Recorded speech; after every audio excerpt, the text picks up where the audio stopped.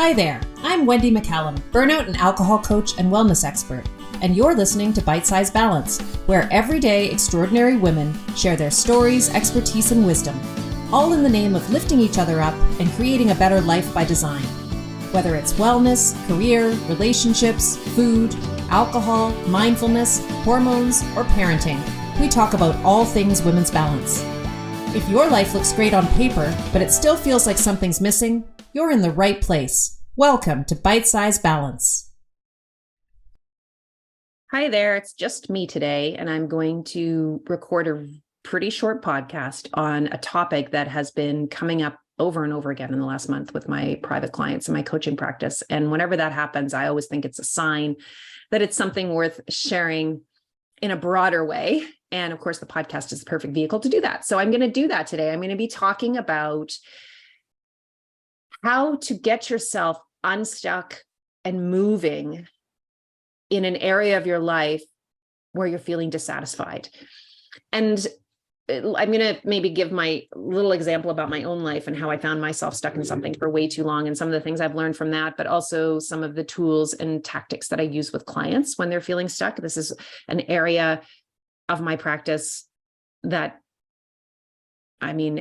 every couple of days I'm talking to somebody about this, because the women that I work with are largely women in midlife who have pretty successful careers. Sometimes they have kids. If they do have kids, those kids are usually about to leave or they don't need them anymore. And they're often also going through perimenopause or menopause. There's lots of transition happening, and it's a time of reflection for people. And they're realizing that some of the things that maybe were tolerable for them or actually even felt great to them for a period of time in their life no longer feel that good. And there's this general feeling of dissatisfaction happening, and they can't quite put their finger on it. And they're also really hesitant to make any big changes, which I get.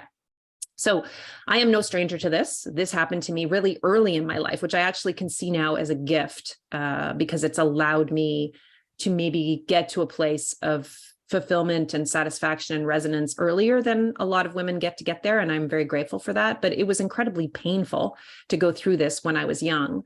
So just quick story for anybody who's not familiar with me and who I am and how I got to be a coach. I was originally a lawyer. I graduated from law school in 1996 and went directly out to the west side of Canada to Calgary, Alberta, where I had a job in a very large law firm as a corporate commercial litigator, which still blows my mind because of all the places for me to end up. Corporate commercial litigation didn't make a lot of sense. I was terrified to say anything out loud. I wasn't incredibly confident at the time, and I was still pretty shy. So taking a job in a department that involved a lot of court work and witness interviewing and all of that stuff was kind of hilarious, but also incredibly stressful for me. The good news in this and kind of the silver lining in all of it is that it actually gave me a ton of confidence, and I got past a lot of the social anxiety that I had that was contributing to that shyness. But the bad news is from the moment I started working there, it felt like the wrong place for me. And I just was not mature enough at the time and confident enough to trust my gut on that. And I stayed in it for far too long because I didn't have a lot of the tools that I'm going to give you now that probably would have been very, very helpful to me at the time. So I stayed in that job for 12 years. I eventually became a partner. I had 2 young kids. There were lots of practical reasons why it was difficult for me to leave as well. But again, if I'd had the tools I'm going to talk about, I think I might have looked at those things differently. I had a baby in November, a baby that we adopted at birth. And I was a few weeks pregnant at the time, 9 weeks pregnant or something with my daughter. And so she was born 7 months later. And I had these 2 little babies 7 months apart. And of course, nobody plans for that. So I needed to continue working. We didn't have a financial plan for having those 2 babies that close together. And the firm that I worked for was incredibly generous and with mat leaves. And I ended up staying for 5 years before I left.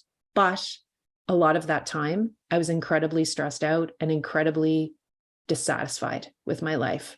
What I would have then probably called imposter syndrome, which I'm not sure was a phrase then, I now can see was not really imposter syndrome. It wasn't that I didn't think I could do these things.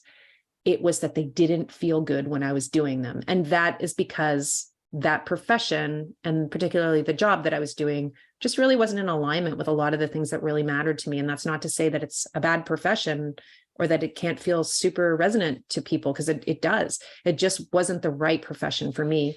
And I kind of ended up in it for the wrong reasons. So that led to, for me, a burnout, a real physical and emotional and mental burnout. Literally, my thyroid gave out on me after my daughter was born, and which is not that uncommon with a pregnancy, but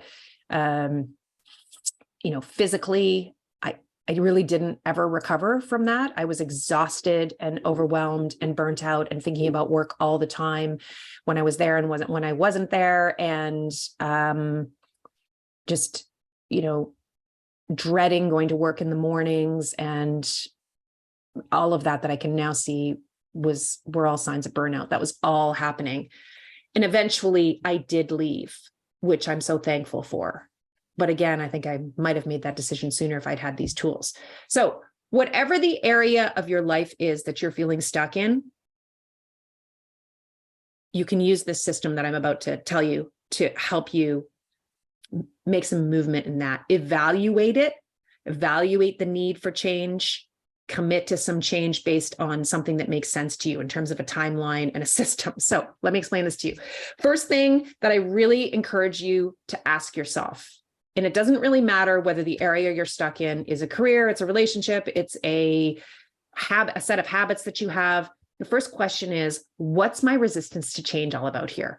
Why am I still in this thing, doing this thing that doesn't really feel like it's serving me anymore?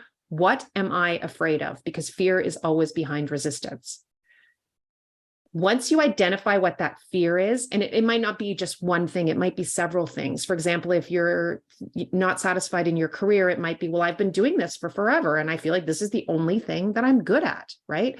I don't have any skills in any other areas. I definitely felt that way as a lawyer. I mean, I had specifically gone to school for 3 years and then done an articling year to learn how to do the exact thing I was doing. And then I was in a very specialized area of practice for the rest of the years that I was there. So I thought, well, these skills aren't transferable. What can I possibly do? Definitely, what can I do as well as that? So that is a real fear for a lot of us. But it could be other things. It could be so many different fears. Try to get to the root of that. Try to identify what those fears are. What is it that that is keeping you in the state of resistance around making some change or taking next steps? Identify that. Then the next question is, okay, what is the worst case scenario with that fear? So if that fear plays out and comes true, that thing I'm worried about, what's the worst case scenario? And then what would I do in that situation if that actually came true? So the question really is, so what?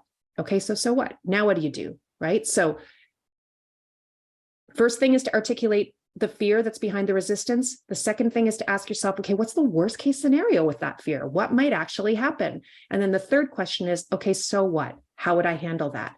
Why is this effective? Because it takes a terrifying fear that is based on a bunch of unknowns, right? I don't know how this is going to play out. What if, right? It takes that and it grounds it in some reality for you. So if the worst case scenario came true, let's say it's the leaving the job thing. I leave and it turns out I'm actually not good at anything else. I can't get a job anywhere else. These things that I thought I might be suited for, they're not hiring me. They don't want me. Okay, so what? Well, I guess in that situation, I'd have to decide whether I wanted to go back to school and get some specialized training in something, or whether I wanted to go back to the field that I was already in and look for something different. And I know that I could get a job in the field that I was already in because I'm very good at that. And I would have lots of great, experience and I'd get referrals and all of that. So that's probably what would happen. Worst case scenario, I'd find out there isn't anything else out there that I like as much as this or that I'm as good at. And I'd go back to this profession. Okay, so what? Well, I guess at least I'd know. And while that might have been painful, I would now have some confidence going forward that this is the thing I wanted to stay in until I retired, right? So take your worst case scenario and then ask yourself, so what? And go through that. And what you're doing is you're removing some of the unknowns there. You're now grounding this in actual reality instead of in this future-based, what if contingency space, which is always really, really helpful. Now, further to that, a second tool that you can use that can be really helpful just in getting you like even starting to think about making change, which is the first step, is to make a list of all of the individual questions that you have or areas where you're unsure of the outcome or you don't have the facts, a list of what I call unknowns, and then start working on making as many of those unknowns known as possible. So let me give you an example of this. I have a client who was working with a couple of years ago, was working at the time for a firm, had been working for a long time for a firm, had a very established career, was making very good money, but was burnt out and overwhelmed and not very satisfied anymore and having a really difficult time finding her balance in all of it. And through the course of our coaching, it became clear to her that this was not where she wanted to be anymore. And as a result of that, we started exploring next steps, and there was a lot of fear there. So we first articulated the fears and talked through those. And then I asked her to create a list of all of the unknowns, because when she was talking to me about the fears, there were a lot of little things coming up. So I asked her to list all of those. Some of them were, she wanted to move her family. So she didn't want to live in the area where she was anymore. Geographically, she wanted to move her family, but it was a very different place she wanted to move to. And she wasn't sure what the market was like there. She didn't know how much it was going to cost to buy a home there. She didn't know how much she was going to be able to sell her home from here. She didn't know what the cost of living was in this new place. She didn't know if she went out as a consultant, how much she would likely be able to charge an hour for that. She also didn't know what the market was like for the type of consulting services that she wanted to offer. Was there a demand for what it was she wanted to do? All of those questions were keeping her stuck in something that didn't feel good to her and frankly was contributing to burnout. So I asked her to identify all of those unknowns, and then we went about the business of making as many of those unknowns known as possible. So that involved her doing a lot of research and taking some small steps to reduce the uncertainty in this area. So for example, she had someone come in and appraise her house. So she knew how much at a minimum she was going to be able to sell her house for here. She started looking at the market where she wanted to move to. How much were houses going to cost there? What was the cost of living like? Was it the same as here? What were the schools like there? Would she be better to buy an old house and renovate it or buy something new? She went through the process of looking at all of that. And then with respect to her business, she started quietly talking to people who she trusted, who were in the consulting world in her industry, and asking them those questions. How much do you charge an hour? How do you price things? How busy are you? How much control do you have over your schedule? Asking those questions that she didn't know the answers to and gathering that information. And what happened during that process is that a lot of stuff that had felt really, really scary to her actually felt a whole lot less scary at the end of this. So doing a list of unknowns and making them known is a really helpful step when you're feeling stuck in an area in your life and you're resisting change. I've been using this career example, but I could also talk about this in relation to, a habit that you want to change. Let's say it's alcohol. You want to drink less, or you're thinking about trying life without alcohol for a while because it's not serving you anymore. What are the unknowns that you need to make known? And this is really why the experiment that I always talk about around alcohol, doing a true alcohol-free experiment, is so helpful, because most of the unknowns that we have when we're still drinking are related to what it's going to be like to be a non-drinker, because we know just about everything we need to know about what it's like to be a drinker because we've been doing that for a long time. So what are the unknowns that you need to make known around alcohol and what it's going to be like to be a non-drinker? Well, it might be things like, can I still have fun? And am I always going to miss this? And will I be able to figure out other ways to relax? Well, how are you going to figure those things out? Honestly, the way to do that is to actually do your own experiment and find out for yourself. But of course, you can ask other people. That can be a first step. You could start digging around, doing some research, listening to podcasts, reading books about this, and that will slowly help you make some of these uncertain things a little more certain. I do think the best way to do this when it comes to something like alcohol is to actually try it for yourself for a while to see. So making a list of the unknowns in this area that you're feeling stuck in, and then trying to doing that work to ascertain the answers, to actually make those things certain, is really, really helpful. Now, I want to talk about the system that I use with clients to help them not stay stuck for way too long, which I've seen happen with so many women, where they're, years before, and this, before I came up with this system that I started using with clients. I had people come to see me for something else. So maybe they came to see me when I used to be a food coach. They came to see me around food stuff. And they were talking then about how unhappy they were with their career. And then years later, they would come back to see me about that very issue. And they were still in exactly the same job, exactly the same place, exactly as dissatisfied, or usually more dissatisfied than they had been 5 years before. And so I came up with this system, which is really not rocket science, but it's just this tool that I use with my clients that helps them to avoid effectively like human entropy, which is like where you just slowly devolve over time because you're not putting any attention or effort into this particular area. You just sort of assume things might get better on their own, which, let's face it, hardly ever happens in life. Things hardly ever just miraculously get great. But we tend to just wait around with some weird apathy, I guess, and like maybe a tiny bit of hope that these things will just fix themselves on their own. And I want to prevent that from happening. I want to help people prevent staying in something that doesn't serve them for too long, like I did in law. And the way that I do that is by using this little system that I call like a metrics tracker for satisfaction. And what I mean by this is that you take the area that's not feeling good to you right now, and you make a list of all of the factors that contribute to your satisfaction or dissatisfaction in that area of your life. So let's go back to the career thing. You might have on your list, for example, feeling challenged every day. So if you have a job that's starting to feel really mundane and boring, that might be one of the factors. I really like to feel challenged every day. It might be that you want to have control over your hours because that's something that was promised to you in this job, but it hasn't felt like that for a long time. So knowing that you can go in at 8:30 and you can leave at 5:30. It might be getting recognition for the work that you do, having people notice that you're working as hard as you're working. It might be how often you think about work when you're not there. It might be your ability to incorporate those important pieces of your own self-care and wellness into your life, and whether your job allows for that to happen, like maybe going to the gym 3 times a week or taking a walk at lunchtime. It might be the relationships that you have at work and how fulfilling those are. So you list all of those factors, and then you score them between 1 and 10, 1 being highly dissatisfied in this area, and 10 being this area is awesome and amazing for me. And you date it. This is really important. And then, just as important, you set a reminder somewhere to revisit that list in a specific period of time. So sometimes with clients, when it's feeling really acute, the situation, and they're very, very unhappy and dissatisfied, or it's contributing to other behaviors that are really destructive and not healthy for them, we might be revisiting this list every week.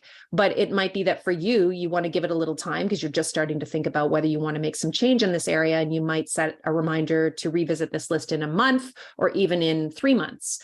And then what you also want to do is have a conversation with yourself about how long you're willing to let things stay the same or get worse before you start taking next steps towards change.